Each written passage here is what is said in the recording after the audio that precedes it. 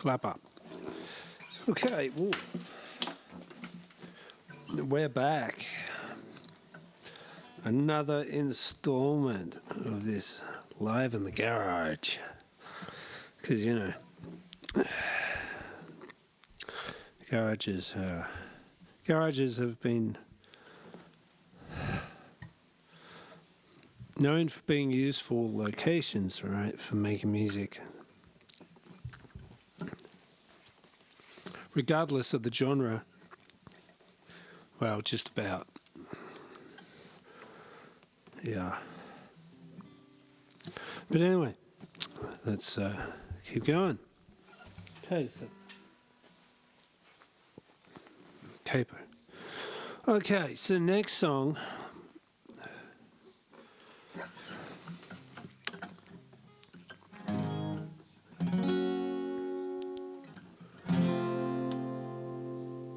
Cool. So I've definitely got to preface this next song or the next couple. Okay, so moving along, 2016. Well,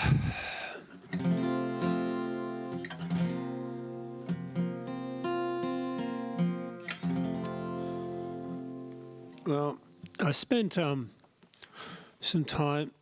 It was interesting. 2015, I was coming up with a number of new musical ideas, and not all of them were used at the time in this little period that we're talking about now. So, and then come 2016, quite early in the year, the news broke that my brother was battling cancer, and I hadn't written many lyrics for the album at all. That I felt was coming. There was lots of music and complete tunes too, and a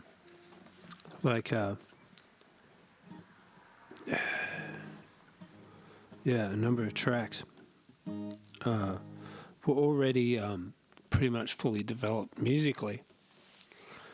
But on the flip side of this, I was writing a lot of stuff on guitar, but in this particular season, I had my guitar sitting next to my piano that was in the dining room of the house we were living in at the time, and one particular weekend, we went to visit this brother, and we had this conversation, and it's sort of like, regardless of what happens, because at that time we didn't know what was going to happen, we didn't know what the outcome was going to be, but we had faith for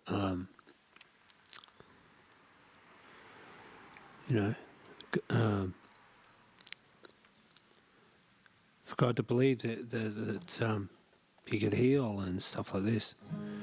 But we had this conversation about faith, and I said, regardless of the outcome, it's important that however you or I go out, that we go out with our faith intact, whether it's now or in 20 years from now or whatever else.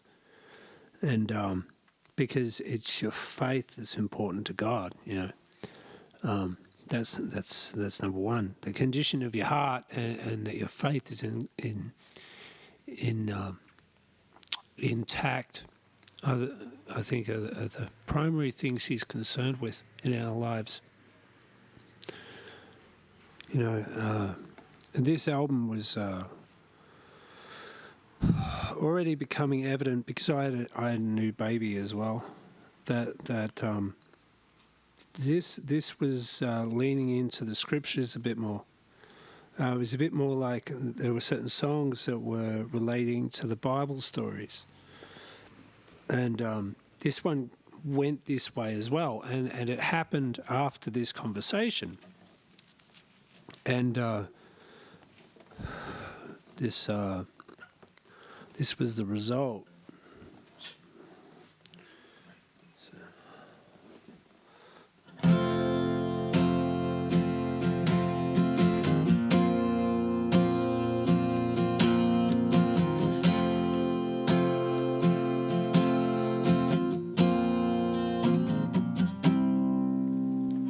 God breathed into Adam, and man became alive. And there in the beginning, he opened up his eyes. I wonder what the first thing was he saw.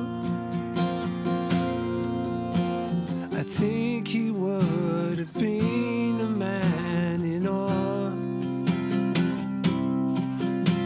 The glory of the sunrise will look upon his face, and yet somehow his heart was so lonely in this place.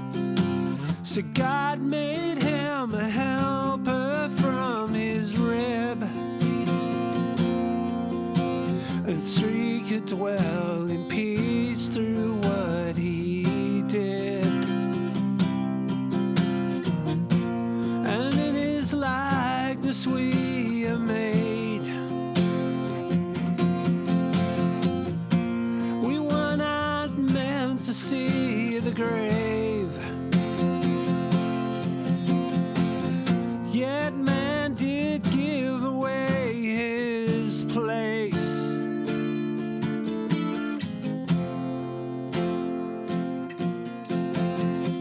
So the Father gave his Son to restore unto us the breath of God.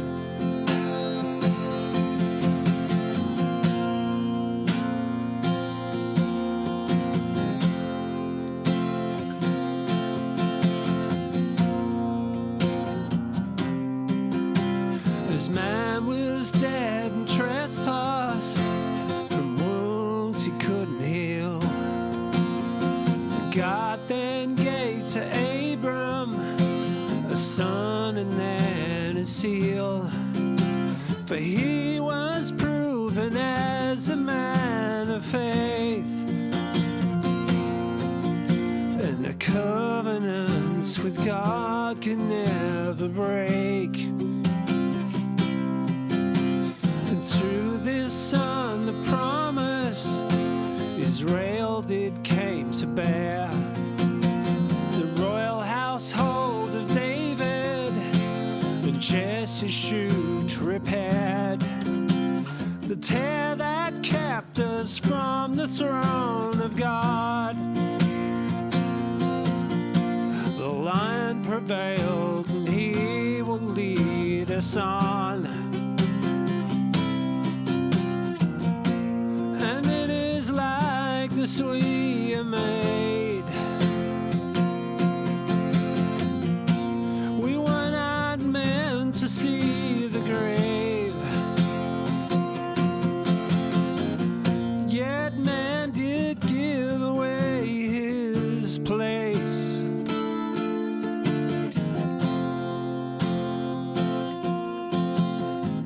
So the Father gave his Son and restored unto us the breath of God.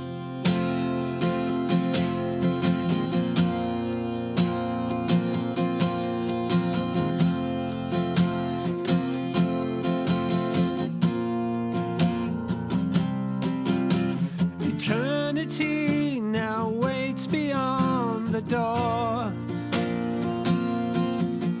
and the soul will live regardless evermore. But there's a hole that only God can fill. But I feel you must believe it. The choice is if we will.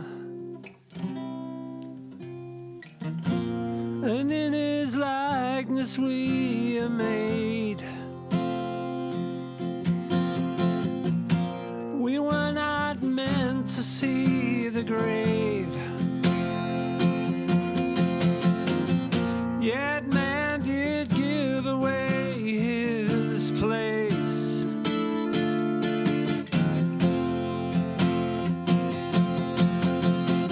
So the Father gave his Son to restore unto us the breath of God.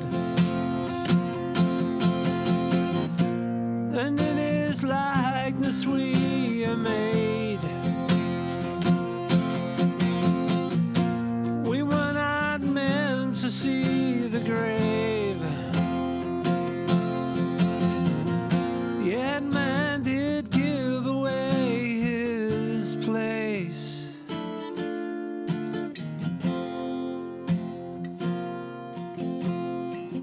So the Father gave his Son to restore unto us the breath of God.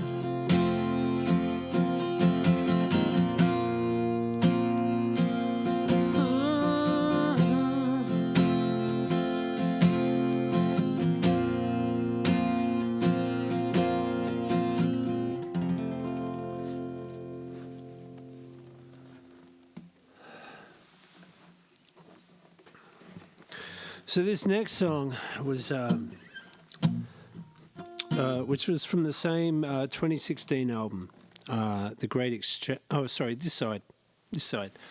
Yeah, which obviously the title of that album was actually borrowed from a song I wrote back in the 2000s called United, and the whole.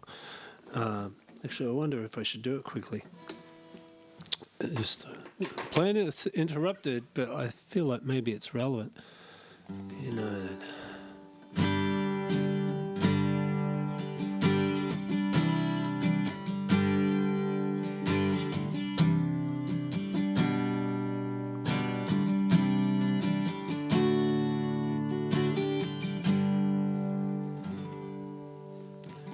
Anyway, the line was, this side of heaven I am just a man saved by the grace of Jesus Christ. And I actually wrote this song for, or following the funeral for a friend at where I was working at the time, in my day job. And I guess I was in a position to support through that process, and this song came out of that. So, the road we travel isn't easy, and he never promised otherwise. For through the trials and tribulations, he will prepare us as his bride.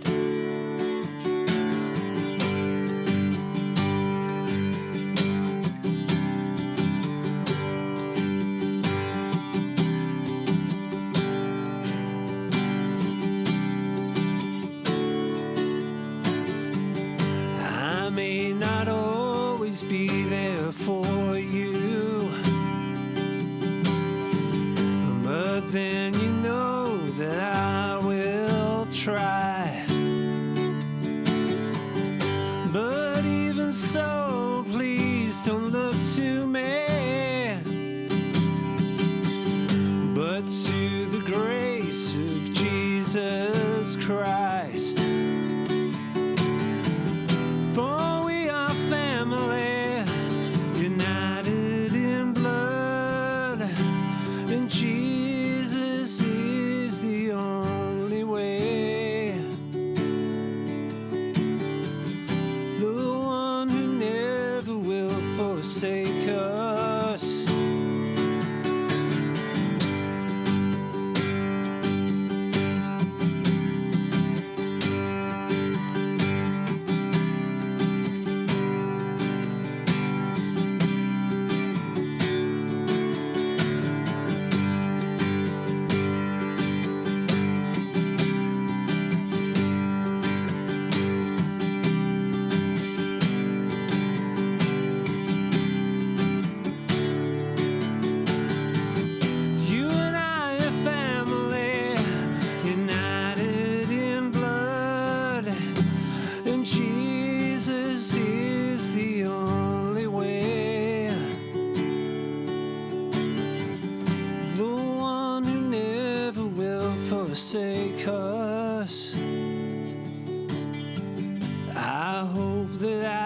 can be there for you.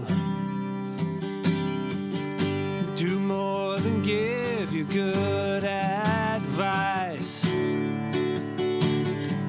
But this side of heaven, I am just a man, saved by the grace of Jesus Christ. We are family, united in blood, and Jesus is the only way.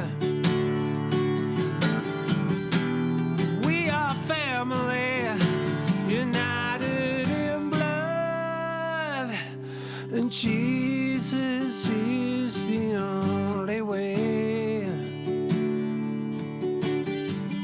The one who never will forsake us.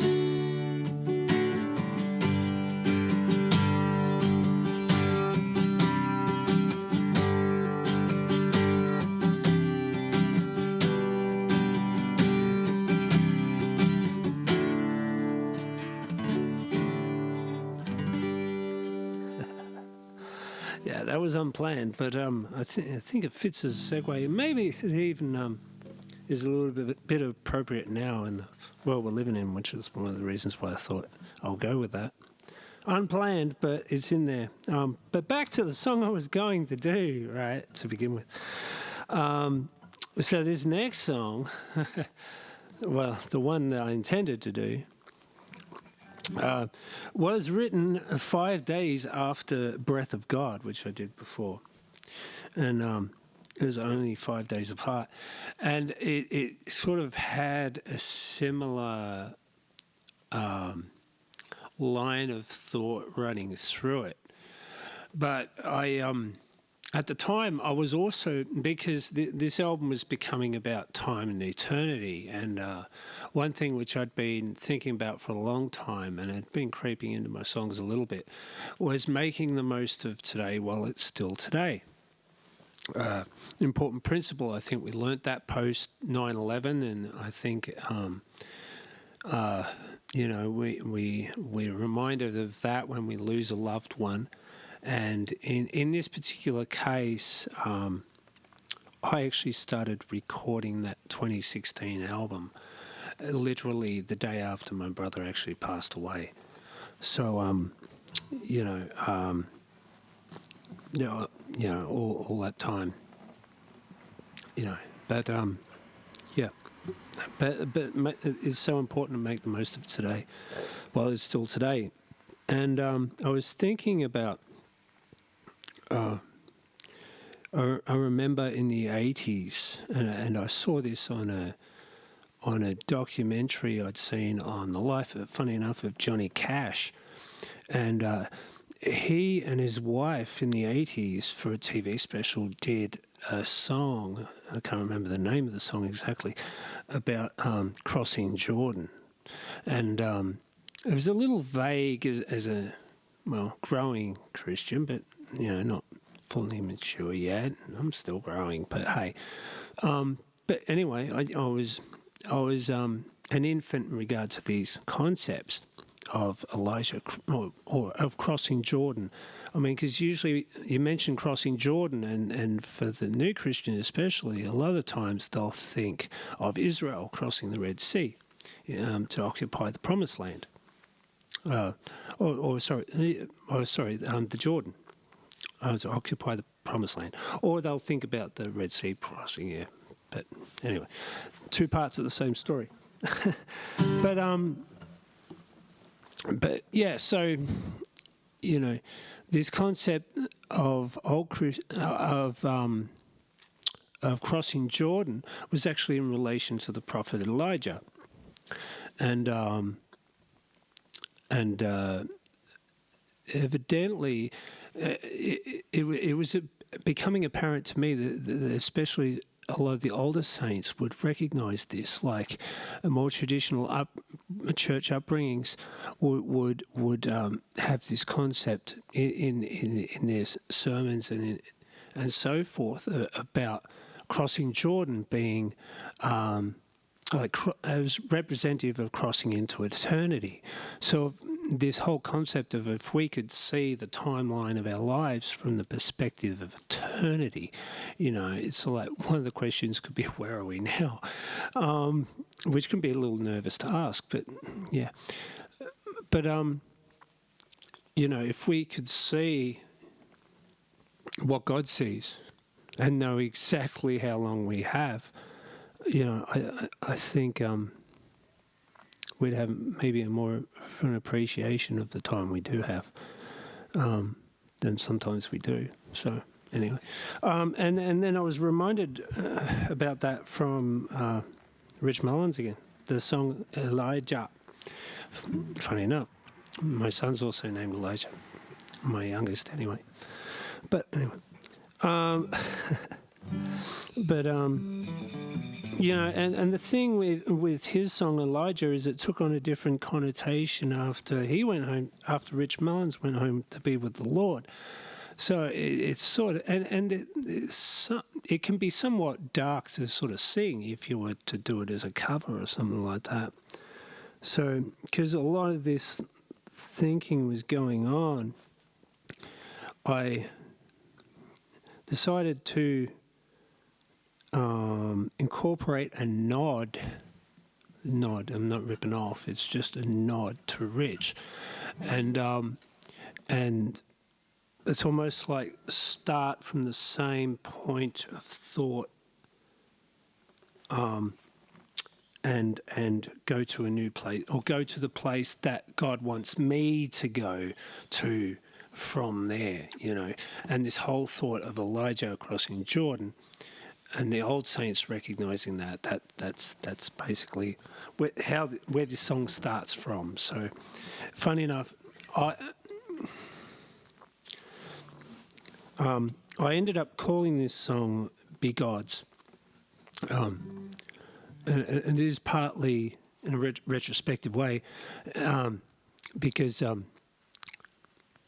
Rich used to sign. Like when he was signing autographs and stuff, he'd write "Be Gods" along with his autograph, and it essentially means belong to him. Be his treasured possession. So a lot of this thinking is in the song, and so I guess you could think of it as a nod to Rich.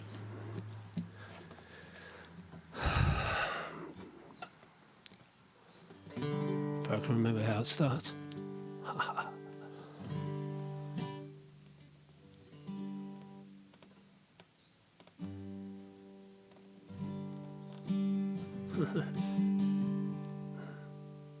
Oh yeah.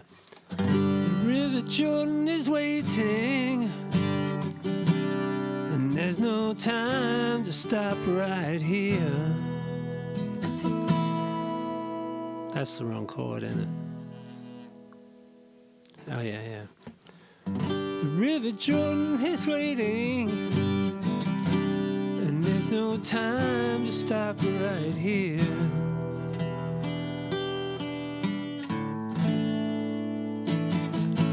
The man of sorrows had to go to Calvary, for what is before us cannot depend on how we feel.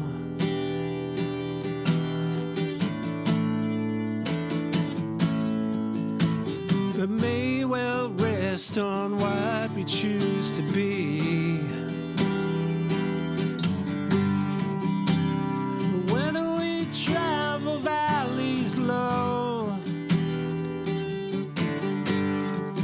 or climb the mountain of our God, Elijah's Jordan will have to cross.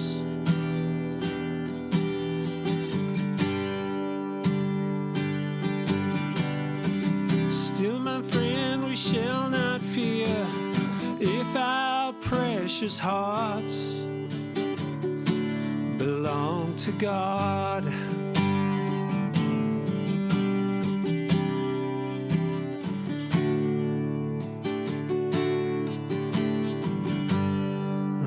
is a purpose, and there is a call to tell the world.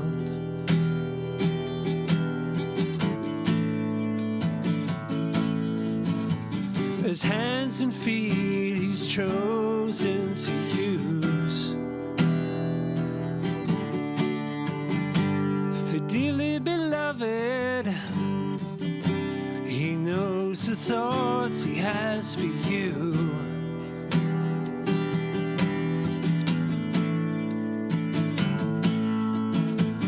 Plans for good, and he will see them through. Whether we travel valleys low or climb the mountain of our God, Elijah's Jordan will have to cross.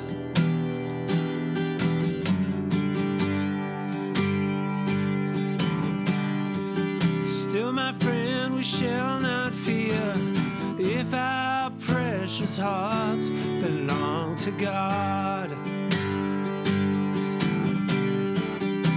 And whether we travel valleys low or climb the mountain of our God, Elijah's Jordan will have to cross. Lovely.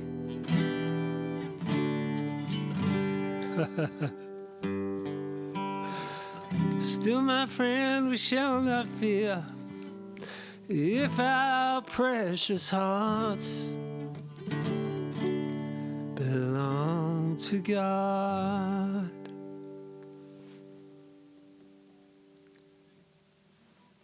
Might come back for the last little bit, hey? Thanks. Bye. Bye for now.